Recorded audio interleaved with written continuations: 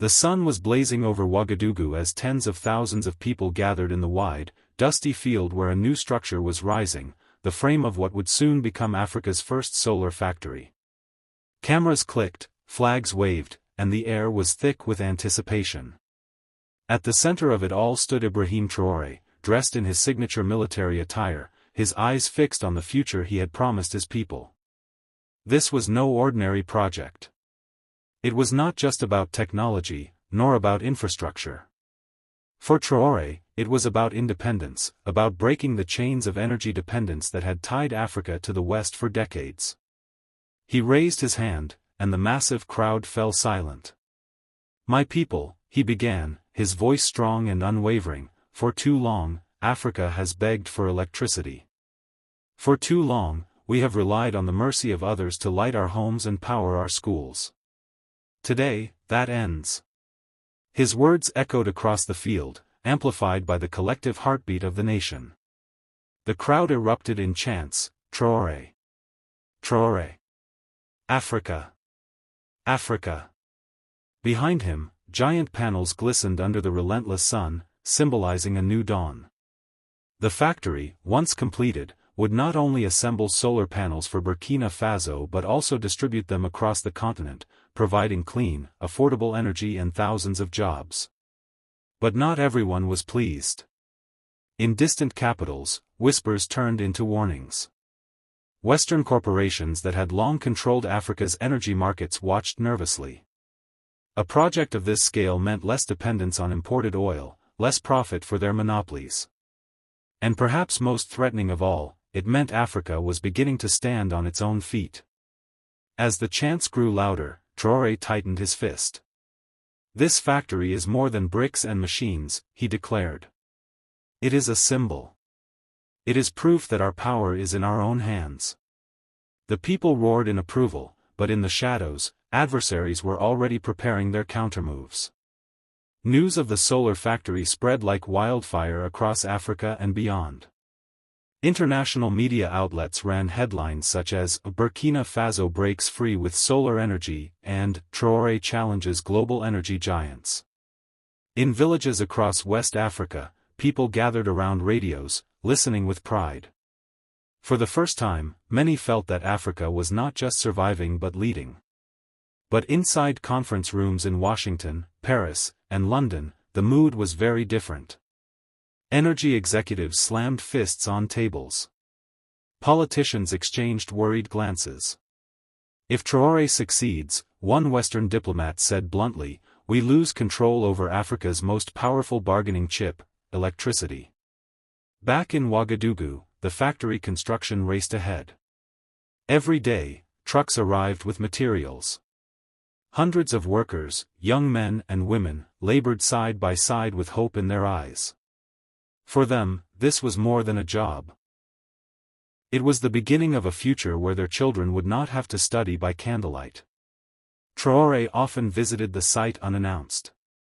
He walked among the workers, shook their hands, listened to their concerns. One afternoon, a young woman named Awa approached him, holding her baby. "Mr. President," she said, her voice trembling, "before this project, my husband thought of leaving for Europe to find work. Now, he has a job here. My family is together. Thank you." Traoré placed his hand on her shoulder. "Do not thank me, Awa," he replied softly. "This factory belongs to you, to your child, and to every African who has been told we cannot stand without others. Together, we are proving them wrong." But the more he inspired hope at home, the greater the resistance grew abroad. Intelligence reports warned that lobbyists were pressuring international banks not to fund the project. Rumors swirled that Western powers might even try to sabotage the factory supply chain. As he stood at the edge of the construction site, watching the shimmering panels being placed one by one, Traoré clenched his jaw. "They will try to stop us," he murmured to his advisors. "But this time, they will not succeed. Africa's sun is ours, and no one else's." The factory was becoming a battlefield, not of guns and bombs, but of energy, power, and dignity. By the time the first solar panels began glimmering under the Burkina Faso sun, global attention had reached a fever pitch. Major television networks ran heated debates: is Africa breaking free from Western energy grip? Commentators argued furiously, some calling Traoré a visionary, others dismissing him as reckless. In the capital, Ouagadougou, excitement was electric. Young people painted murals on city walls showing a rising sun over the continent, with the words, "Our future, our power." For the first time, many saw their own identity not as dependent, but as the source of something the world envied. But behind closed doors in Paris, a secret meeting was taking place. Energy executives and politicians leaned over a long oak table. One CEO slammed his hand down: if Burkina Faso sets the precedent, every African nation will follow. Billions in contracts, gone. Another voice chimed in, colder: we must remind Traoré that independence has consequences. Meanwhile, at the construction site, the workers faced their own battles. Shipments of critical equipment were mysteriously delayed. Some trucks were intercepted at borders with missing paperwork. Traoré's intelligence team uncovered whispers of sabotage, traced back to foreign agents. Instead of fear, these attacks fueled his resolve. He called an emergency rally in the central square of Ouagadougou. Tens of thousands gathered, their voices echoing through the night. Traoré stood before them, his uniform crisp, his eyes sharp. "They want us to remain in the dark," he declared, his voice booming across the crowd. "But we are the children of the sun. And no power on this earth can turn it off." The roar of the people shook the city. From rooftops to alleyways, chants of "Africa lights Africa" thundered into the air. Watching the broadcast live, a European minister muttered under his breath, "If this continues, we lose Africa forever." Traoré, standing at the podium, smiled faintly. For him, the message was clear: this was no longer just about Burkina Faso. It was about rewriting the balance of power for an entire continent. The solar factory's steel skeleton was now complete, shimmering in the desert light. Cranes moved slowly across the site, and hundreds of workers in bright helmets moved like an army with a shared mission. Journalists from across the world swarmed the scene, broadcasting images of a rising Burkina Faso to millions of viewers. Inside the half-finished factory, Traoré walked with his ministers and engineers. His boots crunched against the dusty floor as he inspected the solar panels stacked in crates. "Each panel we produce," he said firmly, "is a weapon against poverty, against dependence. This factory is not only about power, it is about dignity." But as the cameras clicked, the storm outside grew louder. Reports emerged of international banks refusing to fund trade with Burkina Faso. Western officials hinted at sanctions if the project continued. In Washington, one senator declared, "This so-called independence is nothing but dangerous nationalism." Back in Ouagadougou, the people responded with defiance. Streets were filled with murals of golden suns, children held handmade solar toys, and slogans were painted on walls: "The sun is ours." Farmers in remote villages waited eagerly, knowing the factory would bring electricity to their schools and water pumps. That night, Traoré addressed the nation on live television. Sitting straight-backed in his chair, his tone was both calm and unyielding. "They may block their loans. They may threaten us with sanctions. But tell me, can they block the sun? Can they cover the skies over Africa? No. The light belongs to us, and we will use it to build our future." His words ignited a fire across the continent. From Dakar to Nairobi, African leaders began to call, asking how their nations could join the project. What had started as a single factory in Burkina Faso was now becoming a continental movement. And in foreign boardrooms, anger turned to fear. One executive whispered to another, "This is no longer about Burkina Faso. This is Africa's revolution." The global spotlight on Burkina Faso intensified as the factory neared completion. International media outlets began calling it the Sun Rebellion. Articles filled newspapers. Can a small nation challenge the energy giants? Headlines ran across TV tickers. For the first time, a West African country was not begging for aid but building something others feared. Yet in the shadows, darker forces plotted. Intelligence reports reached Traoré's desk warning of foreign operatives infiltrating supply routes. Trucks carrying vital silicon materials had been sabotaged, and one warehouse mysteriously caught fire. Each incident slowed progress, but none could stop it.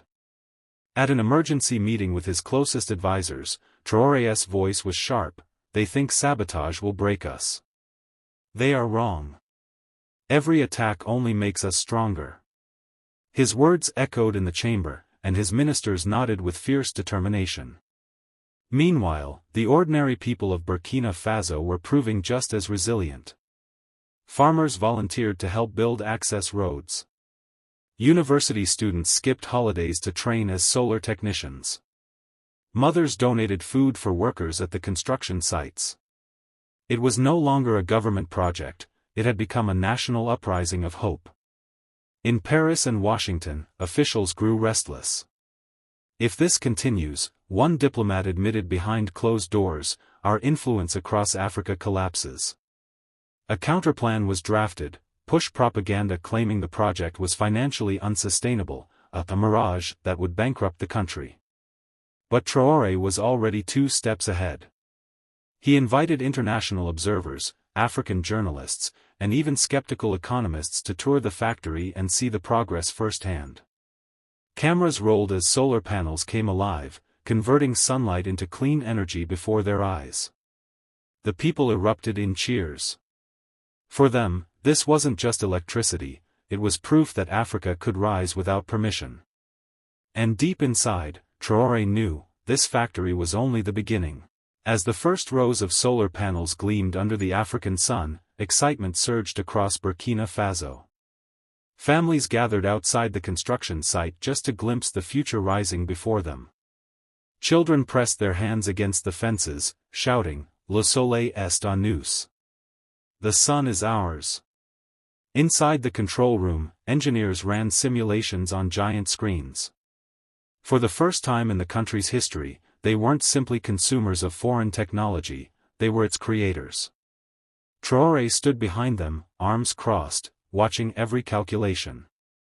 His military uniform contrasted with the bright white coats of the technicians, symbolizing a unity of discipline and knowledge.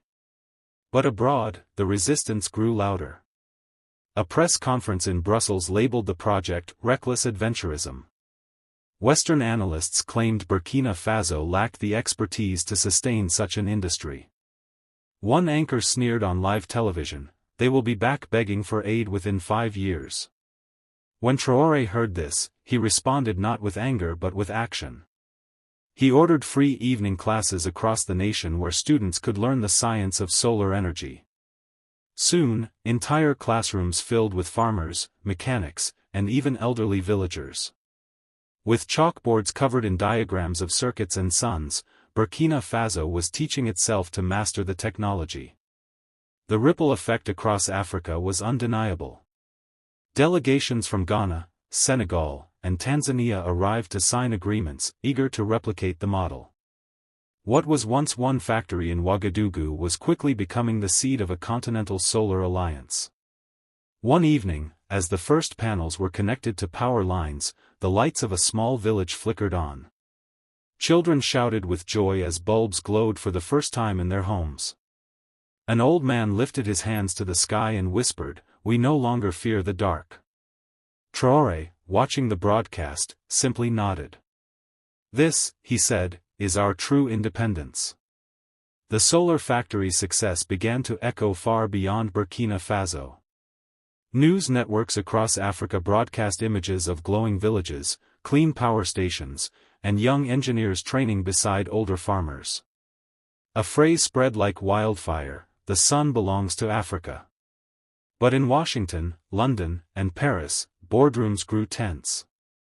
Energy executives warned that if Burkina Faso's model spread, billions in fossil fuel profits could vanish. Lobbyists pressured their governments to intervene.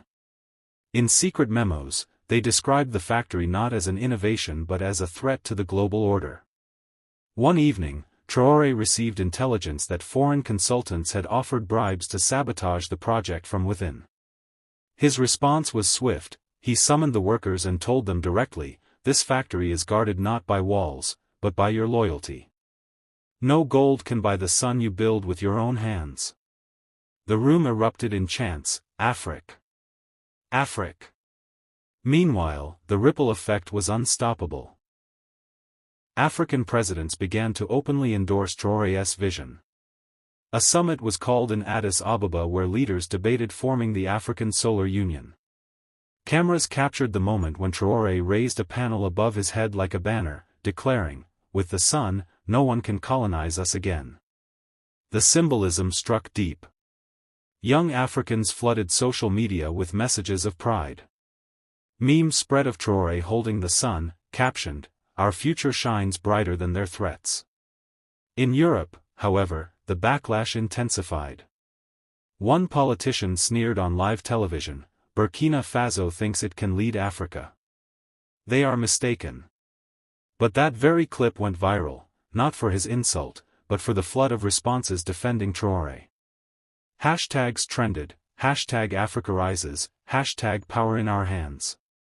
For the first time in decades, Africa's narrative wasn't written abroad. It was being written under the African sky, powered by the African sun. The Addis Ababa summit had lit a fire across the continent, but it also rattled the old powers. Reports reached Ouagadougou that Western companies were preparing lawsuits, claiming the African Solar Union would violate international trade norms.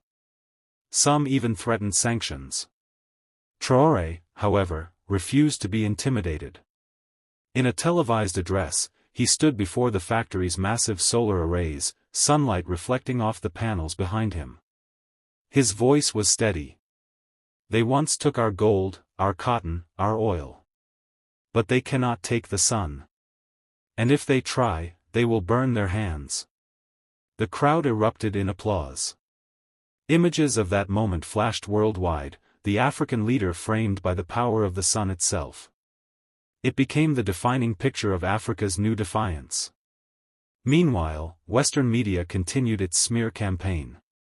One headline read, "Traoré's solar dream doomed to fail." Yet the more they mocked him, the more African youth rallied behind him. On social platforms, young Africans posted selfies with solar lamps, writing, "I carry the sun with me." Back inside Burkina Faso, progress accelerated. The factory had created thousands of jobs, not only for engineers but also for welders, drivers, cleaners, and cooks. Entire neighborhoods sprang up around the site, filled with new markets, schools, and clinics. It was no longer just a factory, it was the heartbeat of a new city. Foreign investors from Asia and Latin America began to show interest, offering partnerships. For the first time in decades, Africa was not the beggar at the global table. It was the host, choosing who could sit down. And in the quiet of his office, Traoré wrote in his notes, "They underestimated the power of the people. They forgot the power of the sun." The solar city rising in Burkina Faso began to attract delegations from across the globe. Leaders from Kenya, South Africa, and even distant Latin America visited to see the African Sun Project with their own eyes. Each visit ended the same way. Handshakes, agreements, and promises to replicate the model in their homelands. But not everyone came with good intentions. Intelligence agents reported suspicious drones flying over the factory at night, and attempts to hack into its control systems. When Traoré was briefed, he didn't flinch. He ordered the workers to strengthen both physical and cyber defenses, declaring, "They can attack with satellites, with spies, with lies. But they cannot extinguish the sunrise." The phrase spread instantly across social media, painted on murals in Ouagadougou and echoed in music from Dakar to Lagos. It became more than a slogan, it was a warning to the world. Meanwhile, the African Solar Union took its first bold step, announcing a plan to export solar panels not to Europe or America, but to neighboring African states at half the global price. It was a radical reversal of history, Africa selling innovation instead of being forced to buy. This move triggered outrage in Western capitals. A European minister sneered during an interview, "Africa is playing with fire." The clip was replayed endlessly online, but instead of intimidating Africa, it fueled defiance. Young people mocked the minister with memes, "Yes, we play with fire. It's called the sun." Inside Burkina Faso, workers painted sun symbols on their helmets, proud of their role in history. Farmers, once powerless under flickering diesel lamps, now plowed fields by solar floodlights. For them, the project was not politics, it was life itself. And as the world watched, it became clear, this was no longer just a factory. It was a revolution, one powered not by weapons or oil, but by the eternal fire above. The grand opening of the solar factory drew tens of thousands. Flags waved, drums echoed, and chants filled the air, "Africa rises with the sun." Journalists from every corner of the world crowded into Burkina Faso to capture the historic moment. As Ibrahim Traoré walked onto the stage, the crowd erupted. Behind him, the massive solar panels shimmered like a sea of light. He raised his hand for silence and spoke with a voice steady but full of fire. "For centuries, they told us we were poor because we had no factories, no machines, no wealth. But they forgot, we had the sun. Today, we turn that light into power, jobs, and dignity. Today, Africa stands on its own feet." The audience roared, and even international observers could feel the shift. For the first time in modern history, Africa was not being helped or saved, it was leading. Cameras zoomed in as Traoré declared, "This factory is not just for Burkina Faso. It is for every African child who studies under candlelight, every farmer who needs energy for water, every mother who deserves a hospital with electricity. From this day forward, no one owns our future but us." The crowd answered with thunderous applause. Youth danced in the streets, waving banners that read, "We carry the sun." Across the continent, people watched live broadcasts, many in villages where the first solar lamps had just arrived. International media could no longer dismiss it. Headlines the next morning read, "Africa's solar revolution begins." Even critics admitted, the factory had changed the game.